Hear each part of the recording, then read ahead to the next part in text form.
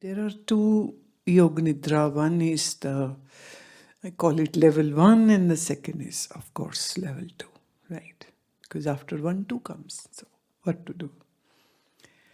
So, we should be more focused on the part 1, because this gives you the first-hand experience of it doesn't do, like for everybody in the beginning, but it can open up the doors of your own understanding and your own experience about I'm not a body. Now you may listen it 1,000,000 times, you are not a body, but this doesn't becomes your awakening. This doesn't becomes your experience. This doesn't becomes your understanding. So listening alone is not enough. Unfortunately, most of the people think Vedanta means just sit down comfortably on a plush seat and just listen. That's not the case. It requires very dedicated spiritual yogic practices, because the eligibility for Vedanta is for a very, very, I would say, the attributes are too high and too great. So Yoga Nidra is something which gives you the ability to look into that window where you can see yourself of being not the body, being not the mind, being able to see totally, where mind is absolutely as if non-existent, because it's so quiet, it's so still. It's like if you have ever been to a lake which is like of still waters, not a ripple, not a wave. So Yoga Nidra can possibly give you that experience, that your mind becomes a ripple-free, still, lake-like. The mind is as translucent as it can be. Like you can't see through an opaque wall what's across. But if there is a glass, which is a clear glass and clean glass, then of course, being inside, you can look outside. So Yoga Nidra has the potential to give you that kind of mind, where the mind becomes like a transparent, translucent wall, and you can see your own self and you can see what's outside the mind or outside the body, the visible world. So it changes the perspective, the way you see your own mind, because actually you have never seen your own mind. You deal with the actions or the choices which your mind makes, but you haven't addressed or encountered your own mind.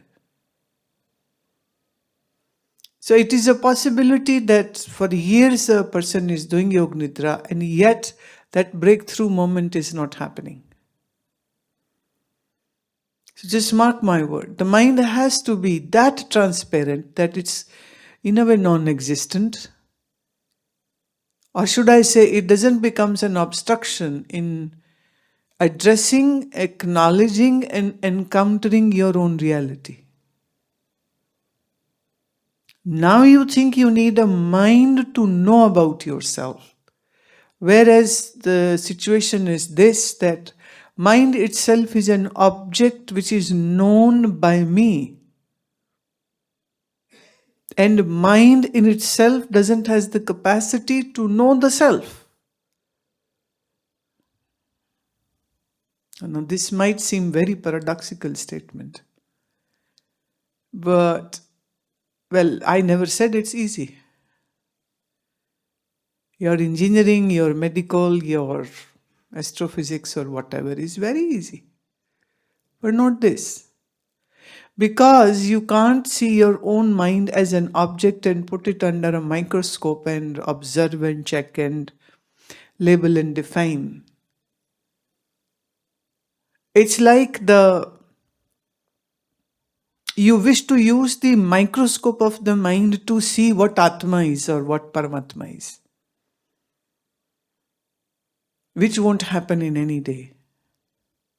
So all the scientists, bent mind people might say that we will only accept God if we can observe and analyze God in a dish tray under a microscope. So I always say this, that the day you can put your mind in a dish tray and look via the microscope, your own mind, then maybe the way you wish to approach the truth might happen, which won't happen at all. So Yoga Nidra part 1 is actually not just an introductory Yoga Nidra, but it is the method for anybody who wishes to understand one's own conscious, unconscious, subconscious mind. Again, it's a huge thing. It's not a small thing. So until that is experienced, now this is not something which you can earmark that, okay, I will accomplish this in 6 months or 6 years of time. It might happen in maybe few days, weeks, months, years, can't say. But there are surely some signs which one can follow to know whether you are on the right track or not. So go deeply into this.